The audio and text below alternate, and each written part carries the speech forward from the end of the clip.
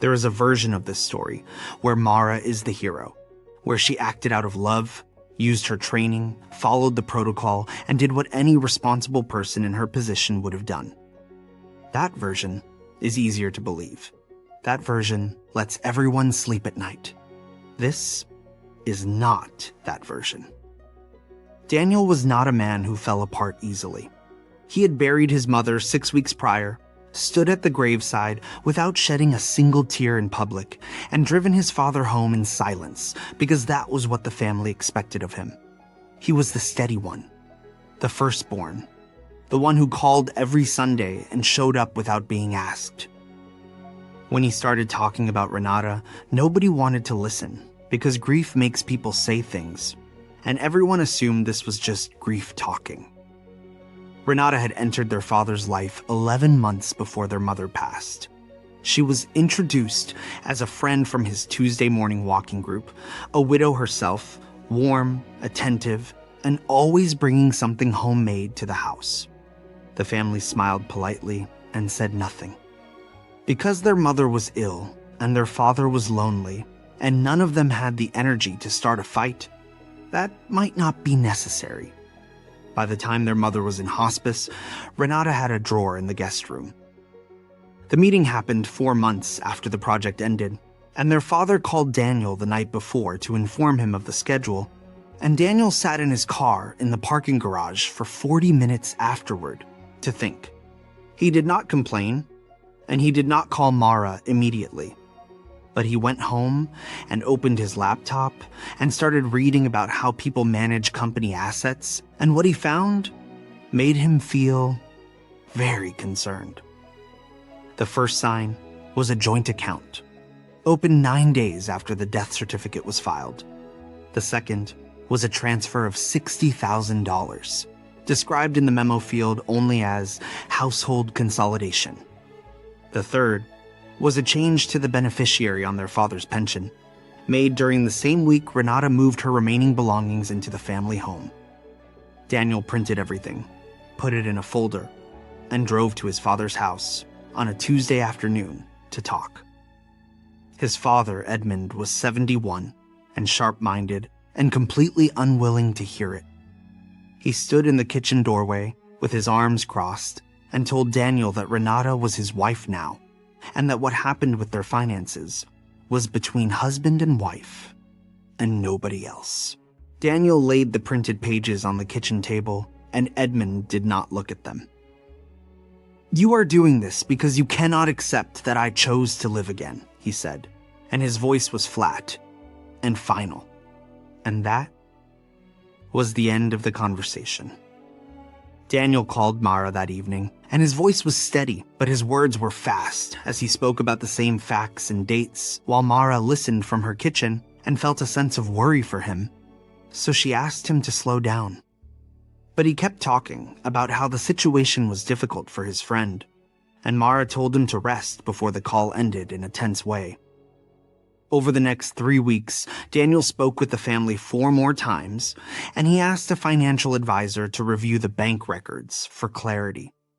He visited Mara at her office during a break to share the documents, and she suggested they talk outside, where she asked about his feelings rather than the paperwork. He stepped back and stated that he was not the cause of the issue, while she wondered if he was feeling tired by the situation. Mara did not make the decision alone, and she has said that many times since, in the flat, careful tone of someone who has rehearsed the sentence. She consulted a colleague, a psychiatrist she trusted, who reviewed Daniel's behavior pattern, the obsessive focus, the sleeplessness visible in his face, the escalating calls, the showing up uninvited at her workplace. Her colleague said it sounded like a grief-triggered episode with possible paranoid features. Mara nodded slowly and said she was afraid of that. She asked what the threshold was for an involuntary hold. Her colleague told her. Mara processed the leave request on a Thursday morning, using the signed document and her credentials to extend the time off from 3 to 11 days, because she wanted to help her colleague based on their long history of working together. She did not discuss the change with him beforehand, but she contacted the office to provide his address, and then sat in the break room to drink her coffee, feeling satisfied with her actions. Daniel was at his kitchen table when they came. He had a cup of tea in front of him and a spreadsheet open on his laptop and the folder of bank statements arranged in the order he had been preparing to present them to a lawyer the following morning. He heard the knock and opened the door expecting nobody in particular, and found two men in a calm, professional arrangement on his doorstep, one holding a clipboard and one standing slightly behind, and it took him 3 full seconds to understand what was happening. By then, it was already too late to do anything but ask questions they were not required to answer. He was not violent. He was not incoherent. He stood in his own hallway in clean clothes with a clear voice and said, "I want to call my sister," and they told him he could make calls from the facility. He asked who had authorized this, and the man with the clipboard said it had been done through proper legal and medical channels and that everything would be explained to him on arrival. Daniel looked past them at the street, at the ordinary Tuesday morning continuing without him, at a neighbor walking a dog who glanced over and then looked away. He picked up his keys out of habit and then set them back down, because where he was going, he would not need keys. The facility was clean and quiet and smelled like recycled air and floor polish. Daniel went through the standard intake process that happens for everyone, and he followed the steps as requested.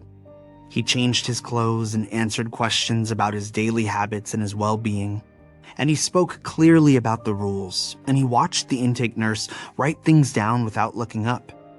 He said that he was calm and that he was there to report some accounting errors, and the nurse nodded and wrote something down. He was assigned a room with a window that looked onto an interior courtyard with a single tree. His phone was held at the front desk. His folder of financial documents and records was logged as personal belongings and placed in a locker he did not have access to. He lay on the narrow bed that first night and stared at the ceiling and did not sleep. And in the morning, a doctor he had never met introduced himself and asked Daniel to describe in his own words why he believed his father was being treated unfairly. Daniel described it carefully and completely. The doctor listened and then asked him how his relationship with his father had been before his mother died. Mara visited on the 3rd day. She sat across from him, in a room with soft chairs and a box of tissues on a side table, and Daniel looked at her for a long time before he said anything. When he spoke, his voice was quiet, which she later said frightened her more than shouting would have. He said, "You did this." She said, "I did this because I love you."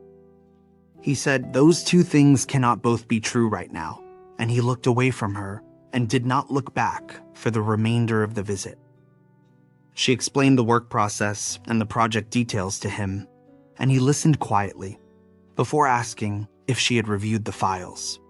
She said she had looked at them briefly, and he repeated the word back to her in a neutral tone. She left the meeting feeling uneasy and told herself it was because he was tired and did not fully understand her efforts. Inside the facility, the days had a texture that Daniel described later as the deliberate removal of urgency. Meals at fixed times, medication offered each morning that he was permitted to decline, but that the staff noted when he did. Group sessions in a room with motivational words stenciled on the wall. He participated in everything. He was polite to the staff and honest with the doctors, and he asked every day when his legal representation would be arranged, and every day was told that could be discussed with his treatment team. He wrote notes on paper they provided him, small squares from a notepad, keeping track of dates and observations, the only record keeping available to him now. His lawyer, a woman named Sane, who he had called the morning before they came for him, received no information from the facility for the first 4 days because Daniel had not completed the release of information forms, and nobody at the facility proactively reached out. When Sane finally got through on day 5, she was told that Daniel was receiving appropriate care and that his condition was being evaluated. She asked for the basis of the involuntary hold and was told the documentation would be provided in due course. She called Mara directly, and Mara told her that the family had made a difficult decision out of concern for Daniel's well-being. Sane wrote down the word family and underlined it twice. Edmund, their father, did not visit. Mara called him after the commitment to tell him what she had done, and there was a long silence on the line before he said, "That was not your decision to make." Mara said, "He was not well, Dad." Edmund said, "He was trying to talk to me and none of us listened. And then he said he needed to go, and he hung up."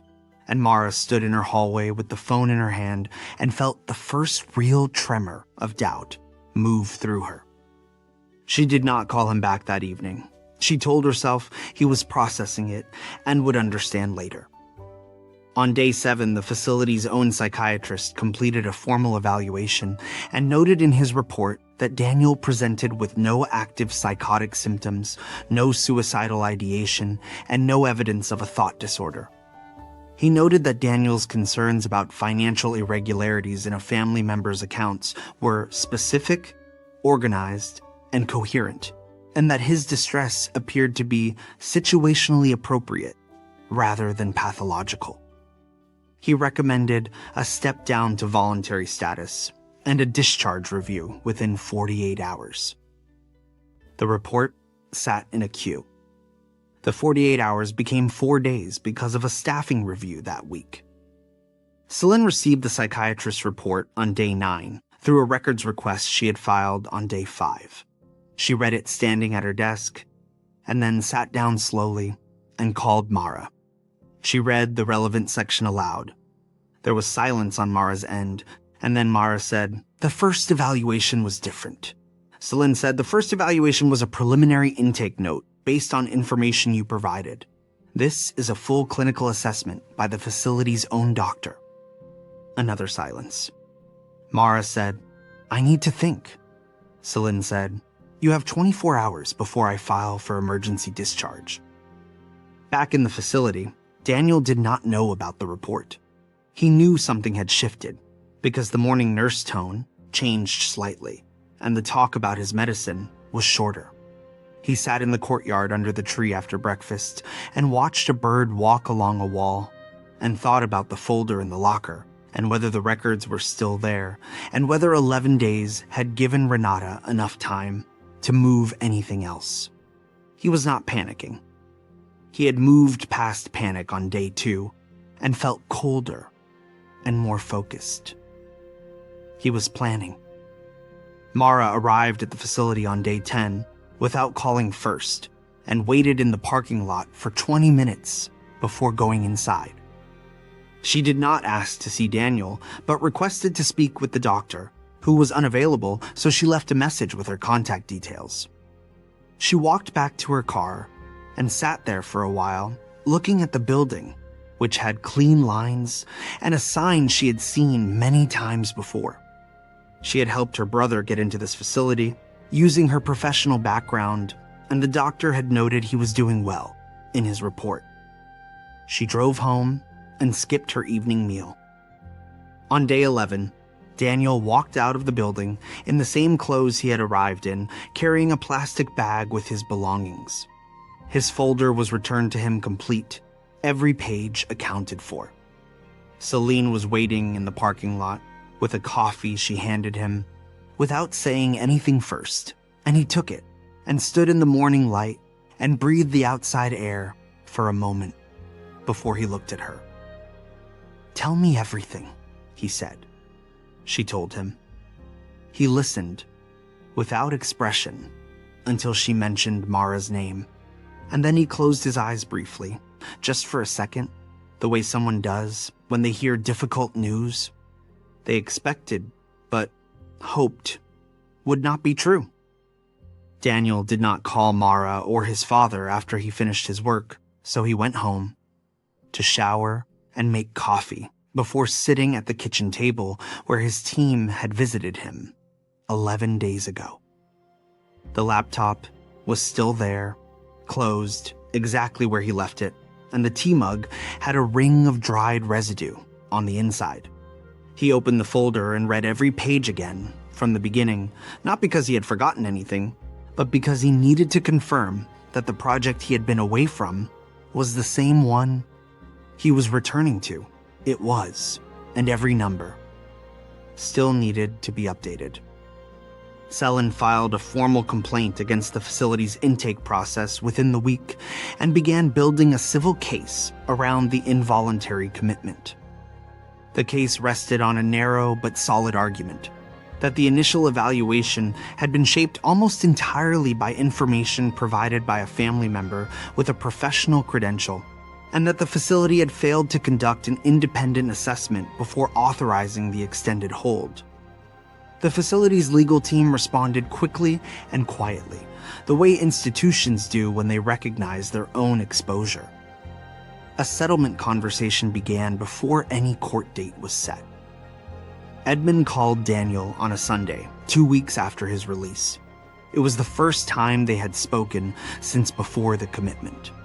Edmund's voice was different, quieter, stripped of the defensive certainty it had carried in the kitchen that Tuesday afternoon. He said, "I had the accounts reviewed." Daniel said nothing and let the silence sit. Edmund said, "There were things I did not understand, things I should have looked at more carefully." Daniel said, "Yes, just that." Edmund said, "I am sorry I did not listen to you." Daniel said, "I know," and the call lasted another 4 minutes and covered nothing of consequence and ended without resolution. But it was the first honest conversation they had managed in over a year. The financial review that Edmund commissioned through his own lawyer revealed a total of $230,000 moved across 4 accounts over a 14-month period. Some of it was explainable as shared household expenses. Some of it was not. Renata did not deny the transfers when confronted, but described all of them as gifts freely given by a husband who loved her. Edmund sat across the table from his own lawyer and said nothing for a long time. He was 71 years old, and he had loved a woman who may have loved him back, and also may have been quietly, methodically, removing the financial foundation from under his feet. He could not cleanly separate those two things, and he never fully would. Renata left the family home 3 weeks after the financial review began. She did not make a scene. She packed 2 cars worth of belongings over a quiet weekend, while Edmund stayed at his sister's house, and she left a note on the kitchen counter that said only that she hoped he found peace. Edmund's sister called Mara when she read the note, and Mara drove over and found her father sitting at the kitchen table, holding the piece of paper and looking at it, the way people look at things they cannot interpret. She put her hand on his shoulder. He did not pull away, but he did not lean into it either. The space between them was full of everything nobody was saying. Daniel came to the house the following week for the first time since before his commitment. He stood in the kitchen doorway, the same doorway where his father had crossed his arms and refused to look at the bank statements. And he looked at Edmund sitting at the table, and something in his face was careful and controlled, and also unmistakably tired. They sat together for 2 hours and talked about the accounts and the legal options and what Edmund wanted to do going forward. They did not talk about the facility.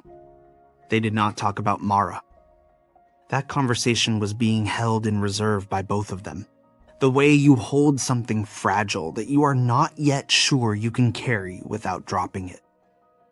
Mara called Daniel on a Wednesday evening, 6 weeks after his release. He let it ring 4 times before he answered. She did not start with an apology, which surprised him, and later he thought it was the only reason he stayed on the line. She said, "I need you to know that I genuinely believed I was protecting you." He said, "I know that." She said, "That does not make it right." He said, "No, it does not." There was a long pause, and she said, "I looked at the documents, Daniel. I looked at all of them this time." He asked her what she thought. She said, "I think you were the only one paying attention." Neither of them said anything for a moment, and then Daniel said, "That is a hard thing to be." The civil case settled 8 months later, The terms were confidential, but Seelan described the outcome to Daniel as meaningful, without being satisfying, which she said was the best result most people in his position could expect. The facility updated its intake protocols. The change was administrative and procedural, and would protect someone in the future from what Daniel had experienced. And Daniel read about it in a letter from the facility's compliance office and folded the letter and put it in the back of a drawer. He was glad the protocol changed. He did not feel vindicated. Vindication requires that something be fully corrected, and some things cannot be fully corrected, only acknowledged, and moved past. Edmund did not pursue criminal charges against Renata, did not. His lawyer told him the case was viable, but difficult, and Edmund said he did not want to spend the remaining years of his life in a courtroom reliving the last two. Mara and Daniel both accepted his decision without argument, which was itself a kind of progress. The money that was gone was gone. Their father was alive and clear-eyed and diminished in a way that had nothing to do with age. And they both understood that the damage Renata had done was not only financial. She had taken something harder to name, a version of their father who trusted his own judgment, and that version did not come back. Daniel and Mara see each other at family events now. They are polite and sometimes warm, and occasionally, in unguarded moments, something like the siblings they used to be surfaces between them and then retreats. He has not told her he forgives her because he is not sure that is true, and he refuses to say things that are not true. She has not asked him to forgive her because she understands, finally, that it is not something she is owed. What exists between them is not repaired, and it is not broken in the way things are broken when they cannot be used anymore. It is functional and careful and real in the way that things are real when they have survived something that should have destroyed them. The last scene does not have a dramatic confrontation, or a tearful reconciliation, or a courtroom moment where truth defeats everything. It has a kitchen table on a Sunday afternoon, Edmund and Daniel and Mara drinking coffee from the same pot, talking about ordinary things, while underneath the ordinary conversation runs a current of everything that was done and lost, and cannot be undone. They all know it is there. None of them name it. That is not silence as denial. That is silence as the only honest response to a situation where the right and wrong of it is still being sorted out inside each of them, and probably always will be. Some people will read this report and discuss the timing of the work, while others will focus on the process used. So the real question is how we handle situations when our training and our goals and our work tasks all combine to support a decision made by someone else. Because that is not a story about a mistake, but a story about how we all work together.